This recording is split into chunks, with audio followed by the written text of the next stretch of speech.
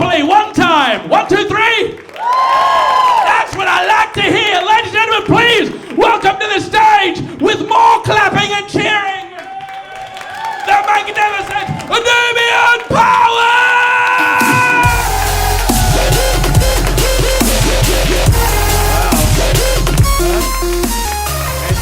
Everybody. Oh, wow. Kicking us off with a bang, am I right? Yeah. All right, you don't have to be so fucking quiet, it's all right. Comedy night, fun times. During doing this job, I spend a lot of time during the day watching TV and stuff, and yeah, busy. Daytime TV, lots of ads.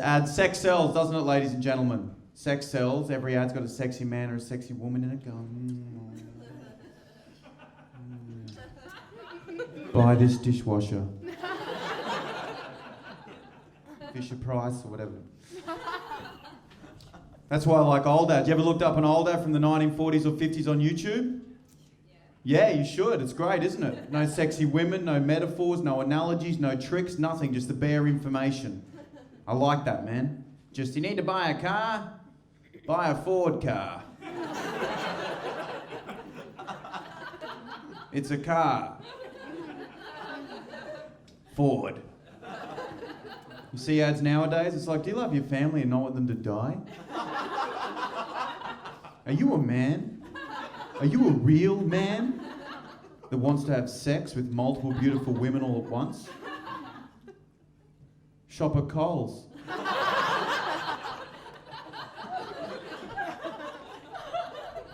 Ads are scary, aren't they?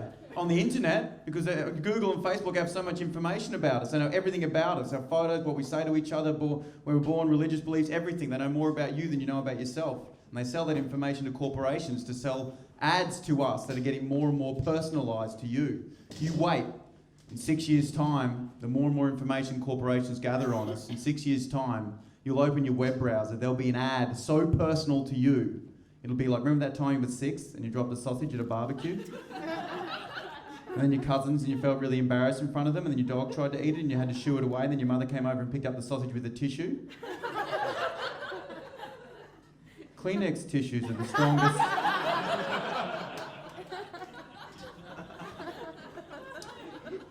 Ladies and gentlemen, one of the things you will notice as travelling as an Australian is that people say we're laid back. Well, you know, there's a perception we're laid back. We think that about ourselves. I couldn't disagree more. We're not laid back, are we?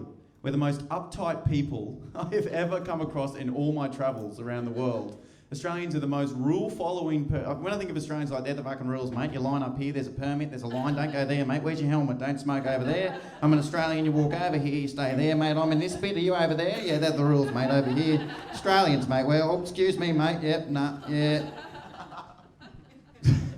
I went to Brazil. I grew up at the beach in Australia. I went to the beach in Brazil. It was alive. People were singing and dancing, they had drums, they had bonfires, people I didn't even know come up to me going, hey man, here's a drink, man, come to the party, man. Imagine going up to an Australian on a beach, building a bonfire next to him, dancing with drums and shit going, hey man, how you going, here's a drink, come to the party. They'd be like, what the fuck, mate?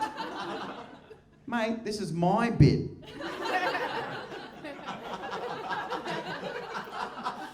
Your bit's over there, mate. That's why I've got my towel, that's my bit. We colonised the country, so we've got all of our little bits. Your bit's over there. Also, you can't park there longer than 4 hours. You can't grow your grass above a certain length without council approval. If you own a small business, you go up a ladder, you need a certificate to go above a certain height. You can't swear in public, you're not allowed to smoke near buildings, you can't drink on the beach. Don't touch me. Other than that, we're laid back. You want to go somewhere really laid back, man? Go to Thailand. That's laid back. I had a magic mushroom milkshake on the beach. Pretty chilled out, isn't it? Can't even walk your dog on the beach in this country, let alone take magic mushrooms and talk to it. Hey there, buddy. I don't understand time. Some of the mushroom users laughing at that harder than others. As they should, as they should. Another great thing about being Australian going overseas, you'll get this a lot. Oh, you're Australian, you're racist. We're not all racist, are we, ladies and gentlemen? That's racist. I'd like to share my opinions with race, and I know you're dying to hear them. Me being a white Australian middle-class male.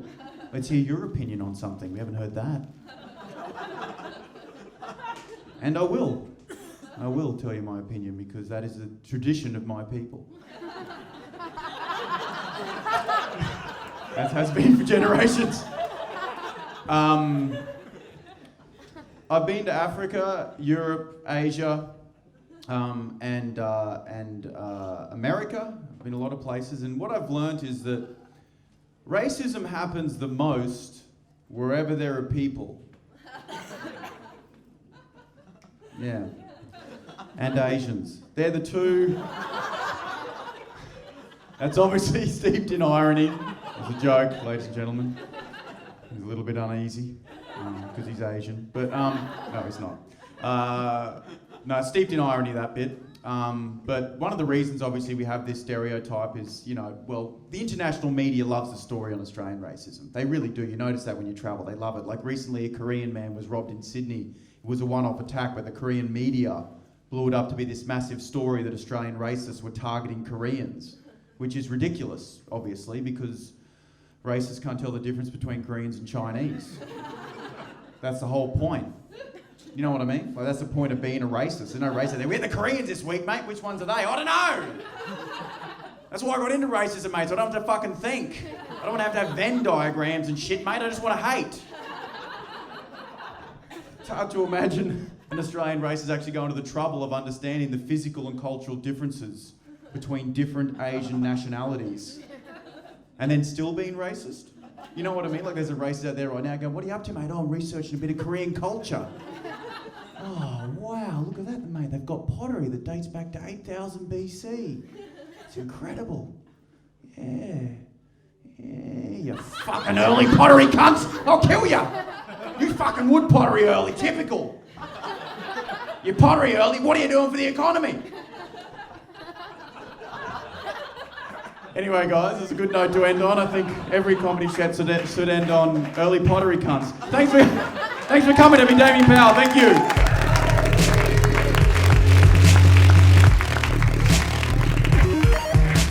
Damien Powell, ladies and gentlemen.